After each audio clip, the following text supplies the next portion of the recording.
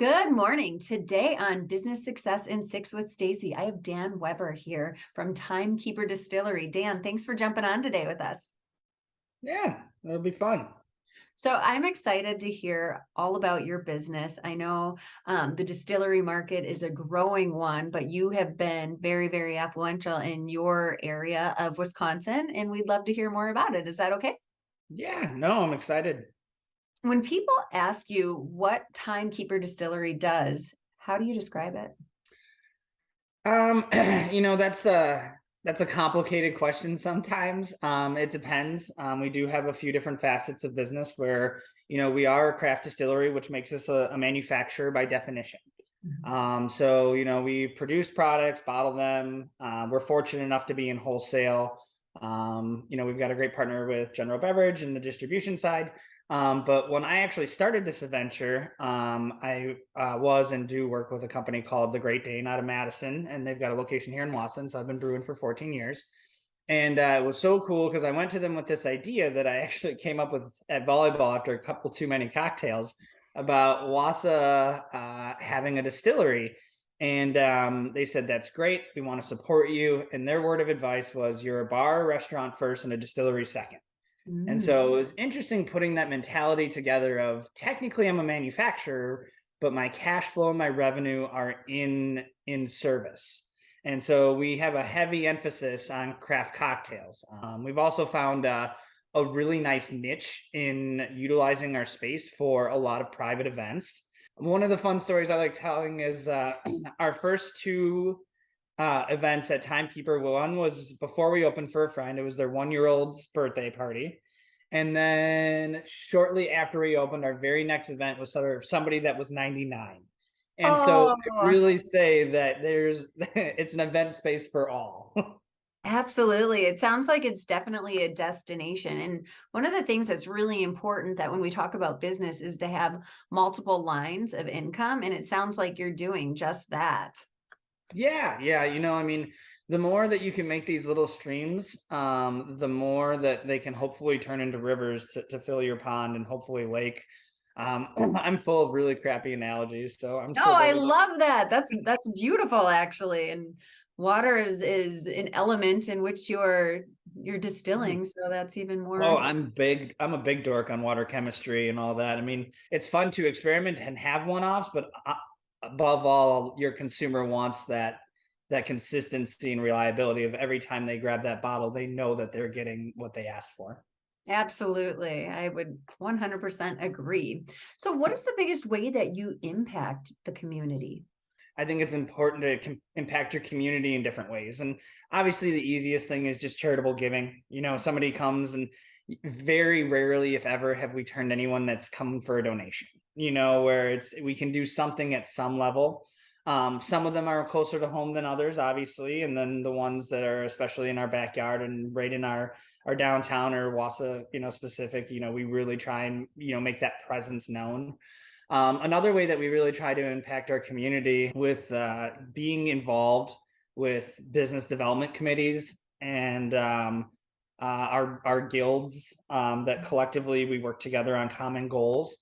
So not just being passive, but actively working with local politicians or city leaders to see what challenges exist for all industries, not just my industry. The way that we try and be impactful is working with local charities and trying to be on the front line and move the wheel with everyone and truly see what the needs are in the community, being involved.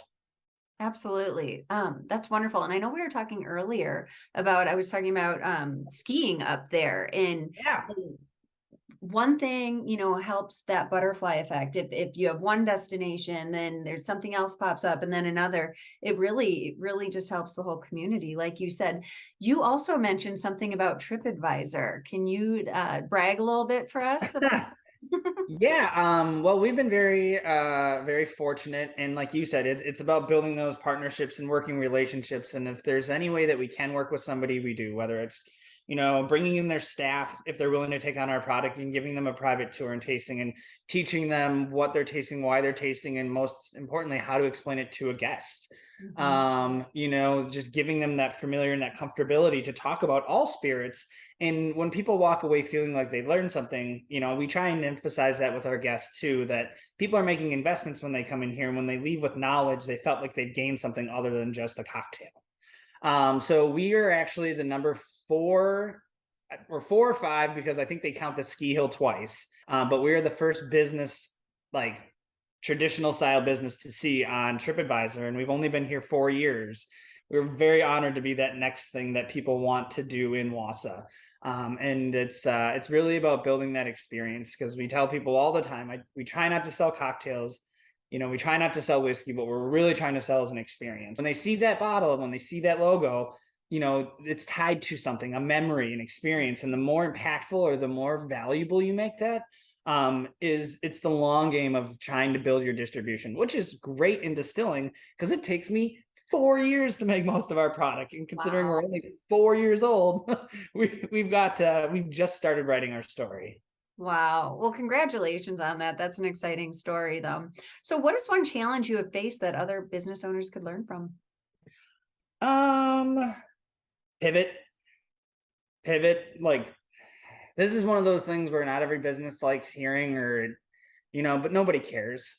Your staff doesn't show up, your bottles don't show up, there's weather delays, your guests, your suppliers, they want their answers and they don't care how you get them, and that's okay.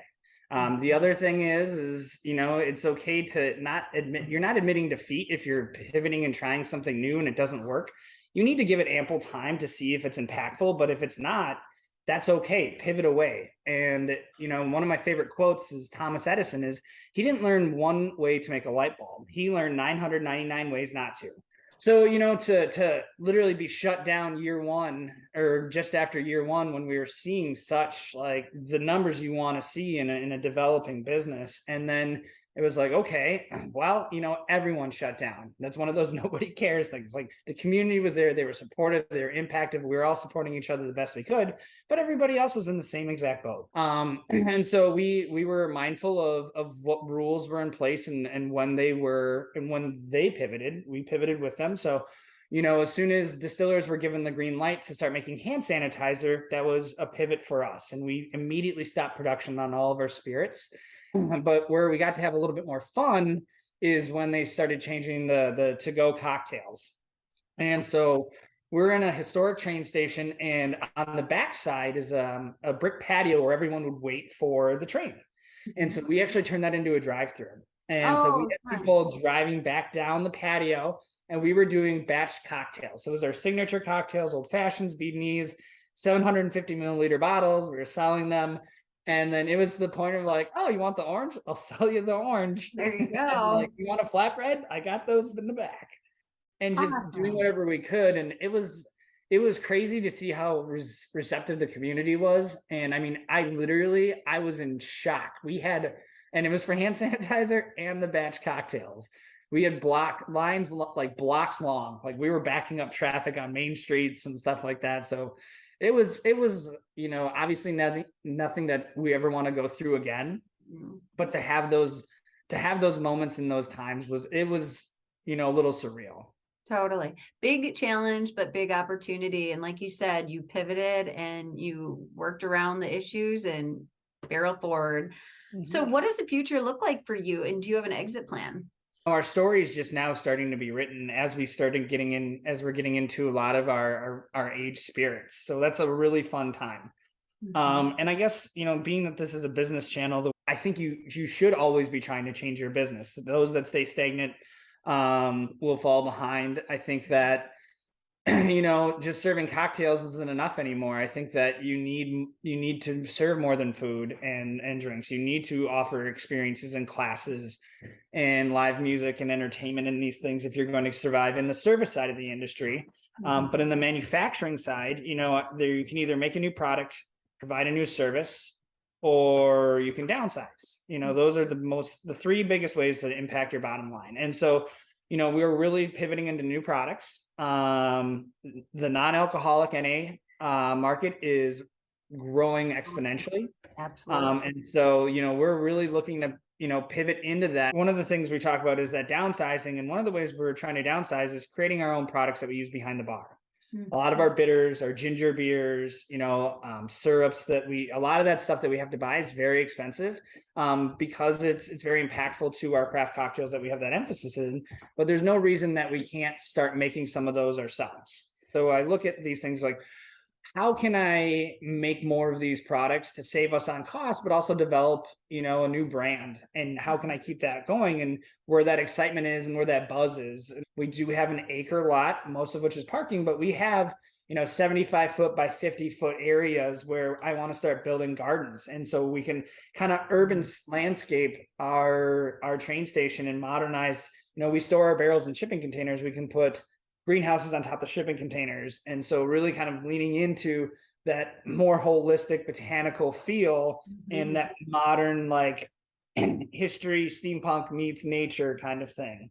That's really where I see a big part of our pivots is, developing new emphasis, evolving, and then ultimately having, again, it's all impactful on that experience. So when you come and you walk across your parking lot, like, holy crap, that's a bunch of lavender. Look at all those juniper bushes. Like, Yeah. oh, that's all that stuff that's going right into what we're drinking at the bar. And some will be able to do on hand, and some will have to source. It's just the limitations that you have. But I think just trying and offering that experience goes a long way. Absolutely. That's really inspiring. And actually, we have about a minute left, but all subjects open. What inspires you most? Oh, honestly, it's the sappy answer, the family. My wife's amazing. My daughter's great. And for me, it's being successful. Like, I don't care about the money because that will follow with success. Absolutely. As far as an industry, the Great Dane has taken care of me. They've sent me to Europe. They've sent me to, continued education courses around the country. So it's, looking to other people to help inspire. And I always believe that if you want to go fast, go alone. If you want to go far, go together. So even though my wife and I are collectively the majority owner, we still only have 40% of the say, and we've divided that up into people that we really know have our best interests in mind. When you hit roadblocks like COVID or investments of like, how much of a restaurant do we want to be? Is it worth these investments? When do we make these investments? And so having that team to rely on has been what's most impactful and I would say inspiring, is because I don't want to let these people down. Absolutely. They chose to give us their time and their expertise and money out of their own pocket, and that's something you have to go to sleep with every night, or at least you should, as you develop your strategy to be successful. Well, and just, yeah, like you said, to sum it up, like, to have those people around you that like, and trust, and that can guide you on that. I mean, relationships are the core of life. So if somebody wants to build a relationship with you and visit your destination and have that great experience, how would they get in contact with you, Dan? The easiest way to get a hold of me personally is dan@timekeperdistillery.com.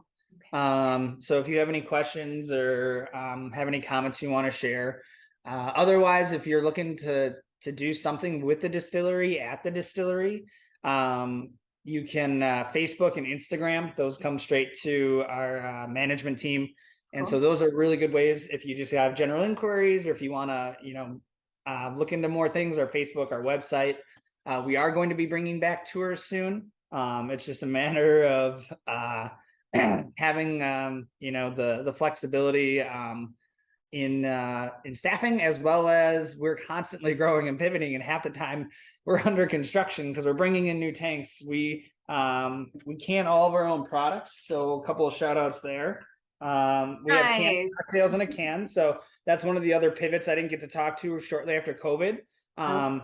We've been able to execute our 5-year business plan in 3 because COVID forced us.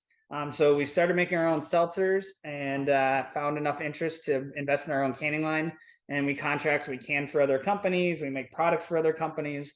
So other little streams of revenue that we didn't really get to touch base on in the 6 minutes. Very smart. So, and just let me know your website as well. So if Oh, people, yeah, timekeeperdistillery.com. awesome. Thank Try you and so make it simple. much for taking the time. So Facebook, Instagram, and then timekeeperdistillery.com. It's been a pleasure spending time with you today. Thank you so much for your insight.